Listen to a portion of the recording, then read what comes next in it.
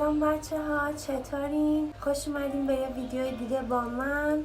امروز 8 اسفند 1401 و من خیلی ناراحتم به خاطر اینکه همین الان میکاپ کرده بودم که بیام ویدیو بگیرم و تصادف کردم. البته تو پارکینگمون ماشین من دیشب از بابام دیرتر اومدم و ماشینم پشت ماشین بابام گذاشتم. بعد هر بار که بابا بخواد بره بیرون من باید ماشینم رو جابجا کنم. همین الان انقدر عجله داشتم رفتم ماشین رو در بیارم، درش باز بود و خورد به در ساختمون. بچه خیلی ناراحتم. نشستم به در نگاه احساس میکنم که تقصیر خودمه. دریچه آه انقدر هول بودم در ساختمون رو باز گذاشتم.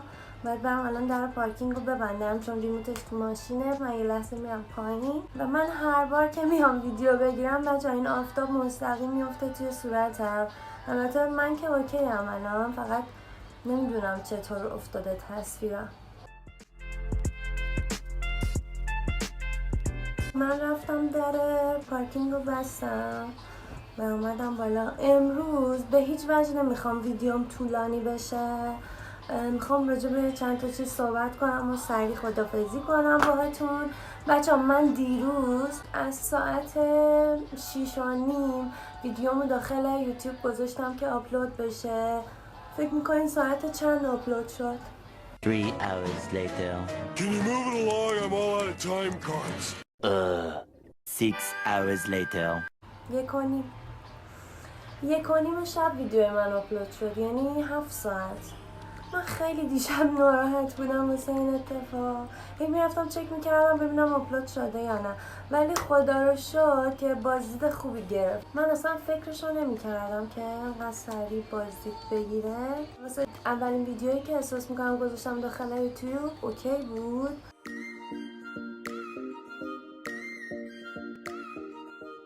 امروز بچه روز آف منه. من آفتابو دیدم، اومدم سریع دوربینم گذاشتم اینجا، گفتم از خودم ویدیو بگیرم. دیروز کامنت های خوبی گرفتم واسه ویدیو قبلی.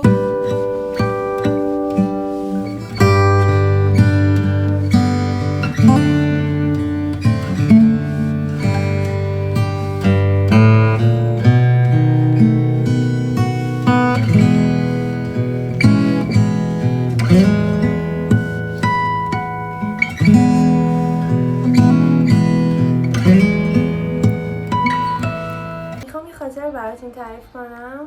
من بعدی تولدم اینه که هر سال، چون تولدم 11 دیه، من هر سال فردای تولدم مثلا امتحان دارم، امتحان دانشگاه مدرسه. در یادم نمیاد چه سالی بود. این سال من تولد گرفته بودم و هیچی نخونده بودم مثلا امتحان، یعنی چی بلد نبودم. بعد گفتم خب امتحان ندم حذفش کنم، ولی یه سی بهم گفت که برم امتحان بدم و چه امتحانی داشتم بهتون نگم. یعنی امتحانی بود که اگه مثلا هیچی نخونی اما با مغز خودمون میتونستیم کلی اطلاعات در بیاریم بنویسیم. و من کلی برگای تقلب ریز نوشته بودم و رفتم سر جلسه امتحان. 12 دی بود. رفتم سر جلسه امتحان، اونا رو دونه دونه برگه اولش رو در آوردم و شروع کردم به نوشتن و اینا. فکر کنم 1-2 تا سوال رو نوشته بودم. یهو مراقب اومد بالا سرم. بعد مراقب یه کسی بود که خودش داخل دانشگاه سمتی داشت، مثلا تو آموزش کار میکرد. آقا این گفتش که برگه تقلبتو رو هم بده. من تو نگاش کردم، برگه تقلبم دادم بهش، ولی حالا خودم چند تا دیگه داشتم دیگه. رفت و من دیگه انقدر تو استرس قرار گرفته بودم. آقا من هر چی فکر میکردم، یعنی اصلا هیچ اطلاعات شخصی هم یادم نمیومد که من بخوام بنویسم. 2 تا سوالم که نوشته بودم، یعنی 100% من قبول میشدم اون امتحانو. بعد چی یادم نمیومد. خلاص همینطور نگاش کردم و اینا. گفتم خانم یه لحظه میشه تشریف بیارین پیشم؟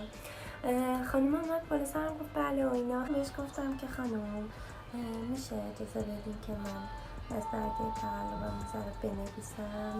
من دیروز تولدم بود. خیلی آروم بهش گفتم. گفت نه. بعد دوباره اینطور نگاش کردم، دوباره میخواستم بگم و اینا. یهو عصبی شد، گفتش که خانم یعنی چی؟ شما دارین به من بی احترامی میکنین، شما دارین مسئولیت من رو زیر سوال میبرین. که کلی از این حرفا زد و من یهو عصبی شدم و انقدر ناراحت بودم از اینکه الان مثلا میشم 3 یا 4 که اصلا تا الان اتفاق برام نیفتاده و معدلم خیلی کم میشه و مشروط میشم. انقدر ناراحت بودم که همینطوری وسایلم روی میز گذاشتم. میدونی که از جلسه امتحان نباید اصلا بیای بیرون. من همینطوری وسایلم گذاشتم و اومدم رفتم پایین پیش آموزشمون. گفتم که خانم الان من امتحانمو اینطوری خیلی بد دادم و اینا، میشه این امتحانو برام حذف کنین که من معدلم پایین نیاد؟ او گفتش که چرا ناراحتی؟ بخشنامه اومده درسی که بشید زیر 3-4.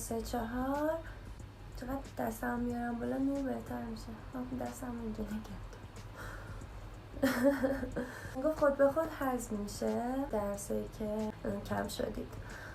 خلاصه من انقدر خوشحال شدم و برم بالا اینطوری با خوشحالی رفتم بالا. دیدم این خانومه قشنگ یه ایل جمع کرده اونجا، داره میگه که آره این دختره بیادب به من بی احترامی کرده، پشت جلسه گذاشته رفته. من اینطوری مونده بودم. من رفتم بالا، آموزش که منو دید گفتش که آره دخترم تو بودی؟ من اینطوری بودم که مثلا من که کاری نکردم، فقط عصبی شدم و جلسه امتحان رفتم بیرون. بعد دیگه این قضیه گذشت و خانم به من گفت، آموزشم به من گفتش که دخترم برو ازش عذرخواهی کن وگرنه این اگه بره مثلا گزارشتو بده خیلی بد میشه، امتحان تو میافتی. که من این کارو نکردم و پرونده‌مو فرستاد واسه اماکن دانشگاه و من اون درسمو شدم 25 صدم. یه درس عمومی که اصلا تو کمترین حالت 10 میتونی ازش بگیری، من شدم 25 صدم و تو معدلم هم تاثیر گذاشت. مثلا کاش نمیرفتم اون روز امتحان بدم، خیلی واسم بهتر بود. فقط چون مثلا جلسه امتحان بلند شدم و خانم خوشش نیومد من شدم 25 صدم. حتی یادم اون ترم خیلی معدلم اومد بود پایین، فکر کنم 16 شده بودم. من دانشجوی نمونه این بلا سرم اومده بود و هنوزم که هنوزه حق میدم به خودم. احساس میکنم که اونجا اون باید اجازه میداد که من بنویسم از جون تولد. خب حالا چی میشد مثلا اگه این کار میکرد؟ مثلا هیچی یادم نمیاد از اون درس که ترم بعد دوباره اون درس رو برداشتم. باشه از این اتفاقا خیلی واسه من توی دانشگاه افتاده و مثلا همیشه من معدلم خیلی بالا بود ولی سر یه اتفاقای خیلی اینطوری مسخره اینطوری خودم رو نابود میکردم. این بود این خاطره من از دانشگاه، از اون یک روز که یه اتفاق کوچیک باعث شد که من تاوان بزرگی بدم الکی. بعضی وقتا واقعا یه کارهای کوچیک رو ما خیلی بزرگش میکنیم. مثلا من خودم خیلی وقتا شاید توانایی انجام اون کار نداشته باشم ولی حتما میخوام اون کار رو انجام بدم. شاید اصلا اون روز اگه به خودم اجازه میدادم که نه امتحان ندم و حذفش کنم خیلی واسم بهتر بود تا اون تصمیمی که گرفتم. لابلای چیزایی که دارم تعریف میکنم یه چیزی بگم. واقعا این تکنولوژی با ما چیکار کرده؟ این نورمو اینجا بود و من دوستش دارم اینجاست. گفتم یه لحظه تغییر بدم چون دیگه اصلا آفتاب کاملا رفته.